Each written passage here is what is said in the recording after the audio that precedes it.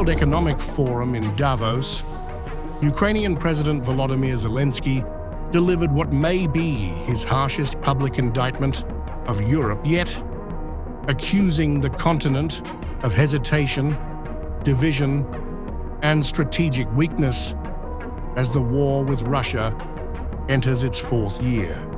Framing Europe as stuck in a loop of talk without action, Zelenskyy warned that Ukraine's war has become a test. Europe is failing, not for lack of power, but for lack of will. Just last year, here in Davos, I ended my speech with the words, "Europe needs to know how to defend itself."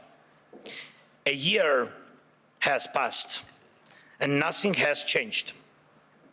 We are still in a situation where, I must say, the same words, and yet Europe hasn't even tried to build its own response.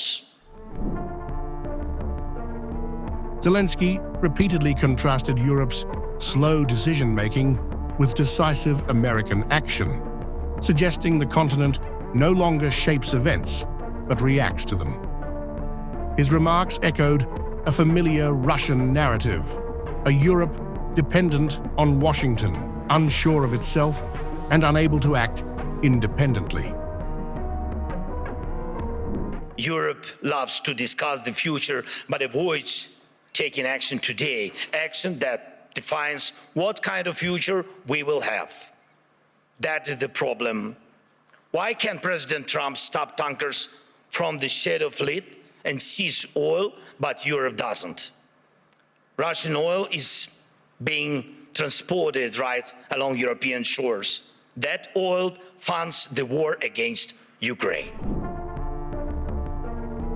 He went further, questioning Europe's moral authority and legal resolve, drawing an uncomfortable comparison between global justice and Russia's impunity.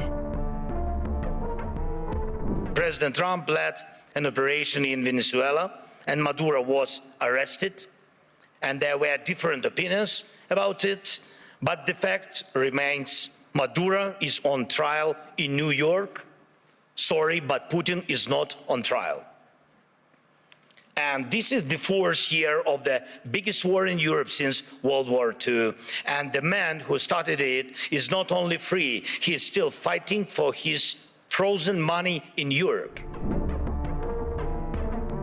Zelenskyy also targeted Europe's military posture, warning that faith in NATO without real capability is a dangerous illusion. Today, Europe relies only on the belief that if danger comes, NATO will act. But no one has really seen the alliance in action.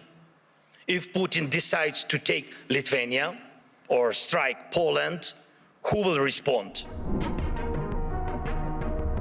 Perhaps his sharpest line was reserved for Europe's internal divisions, portraying a continent paralyzed by its own sensitivities. In Europe, there are endless internal arguments and things left unsaid that stop Europe from uniting and speaking honestly enough to find real solutions. And too often, Europeans turn against each other, leaders, parties, movements, and communities, instead of standing together to stop Russia, which brings the same destruction to everyone. Instead of becoming a truly global power, Europe remains a beautiful but fragmented kaleidoscope of small and middle powers. Zelenskyy's warning was blunt. Unless Europe acts decisively, it risks irrelevance.